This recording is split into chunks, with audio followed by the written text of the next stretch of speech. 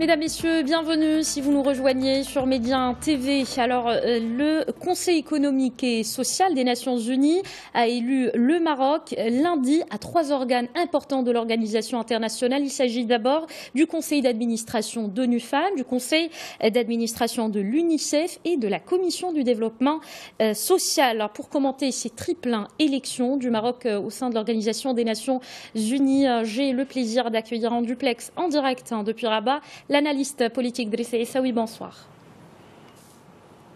Bonsoir.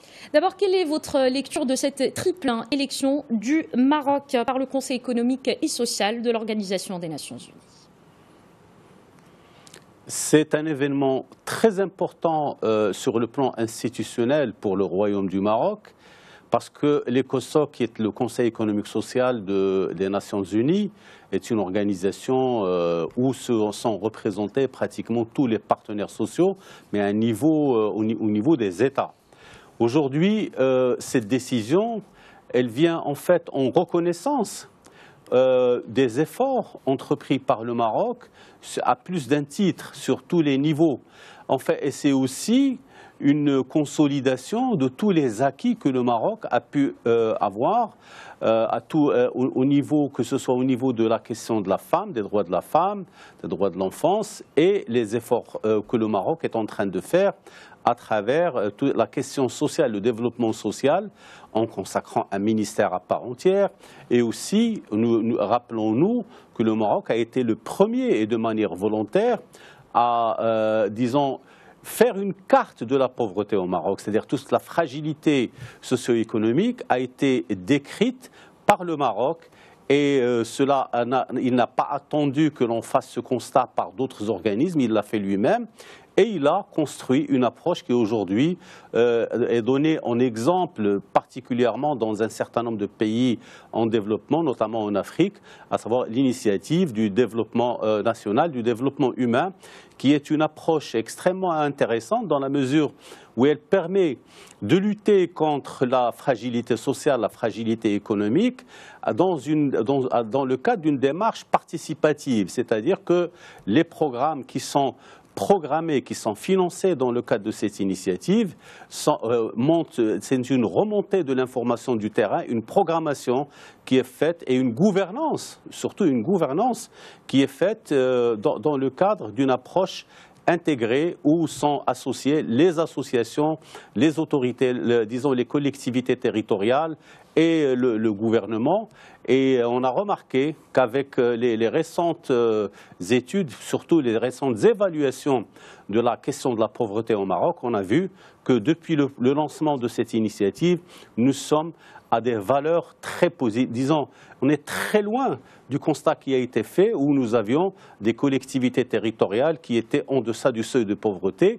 Et c'est un travail de prise en charge par les structures elles-mêmes, par les structures étatiques et non étatiques au niveau du Royaume du Maroc. Et ça, oui, maintenant, pour ce qui est de la position qu'occupera le Maroc au sein du Conseil d'administration d'ONU Femmes, peut-on dire qu'il s'agit d'une consécration de la promotion des droits de la femme au sein de la société marocaine et justement où en est ce combat dans le Royaume?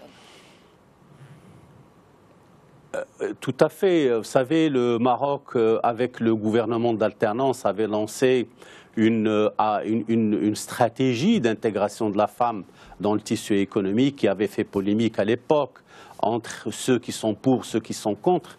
Mais je pense sur le plan institutionnel, un travail énorme a été fait. Et l'ONU Femmes, dont le siège régional pour le Maghreb, il est à Rabat, il est accueilli à Rabat. Et il y a une équipe extrêmement dynamique qui travaille sur plusieurs aspects des droits des femmes et qui a permis, est intervenu sur différents dossiers. Et sur disons, le renforcement des capacités des femmes, tout ce qui touche aux activités génératrices de revenus, mais aussi au niveau de la démocratie locale. ONU Femmes a financé beaucoup de projets qui sont destinés à cela. Elle a même communiqué Et tout ce qui a été fait au Maroc est aujourd'hui pris en exemple pour d'autres pays. Il y a également le fait que ONU Femmes est très présent dans la mesure où le Maroc n'a jamais fait, c'est-à-dire tout ce qui est barrière institutionnelle a été complètement battue en brèche.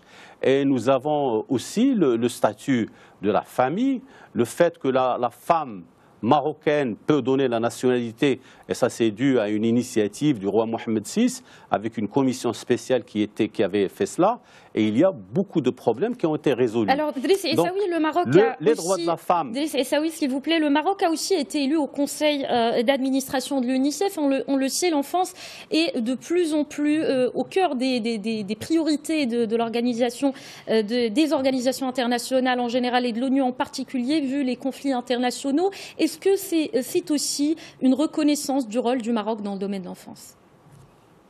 Oui, le Maroc a été pionnier en mettant en place un observatoire national de l'enfance. Il y a un Parlement des enfants qui est très dynamique, que je connais de très près. Ils font un travail de plaidoyer sur la situation des enfants à travers le Maroc. Il est vrai qu'on n'est pas en train de dépeindre une image idyllique du statut de l'enfance, mais il y a eu des avancées énormes, que ce soit au niveau du milieu urbain, périurbain et au niveau du monde rural. Un gros travail a été fait, il continue d'être fait. Il y a la lutte contre le travail des enfants. Donc ce qui est important, c'est que les enfants eux-mêmes prennent en charge cette problématique et ils montent des plaidoyers et ils essaient de le faire.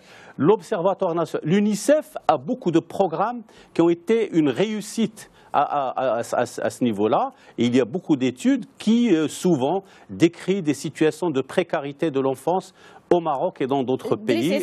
Le Maroc a été choisi. S'il vous plaît, Driss Essaoui, le Maroc fait aussi partie de la commission, fait partie désormais de la commission du développement social. Brièvement, en quelques mots justement sur le développement social au Maroc et qu'est-ce qui a permis justement à l'ONU donc de donner cette responsabilité au Royaume. Je vous donnerai un chiffre. 50% du budget de l'État est consacré à tout ce qui est social, c'est-à-dire c'est des subsides qui sont donnés aux secteurs sociaux. Le Maroc a fait ce choix de faire de ses politiques publiques, de les axer sur la question du développement social. Il est en phase avec les objectifs du millénaire et il y a encore du chemin à faire, il y a encore du travail à faire. Mais cette nomination, c'est le fait qu'il soit membre, cela veut dire que la communauté internationale lui fait confiance également sur cet aspect-là. Merci beaucoup Driss Essaoui pour cette lecture. Je rappelle que vous êtes analyste politique et vous étiez avec nous en direct depuis Rabat. C'était donc l'invité du jour. Merci de nous avoir suivis et très bonne suite de programme sur notre antenne.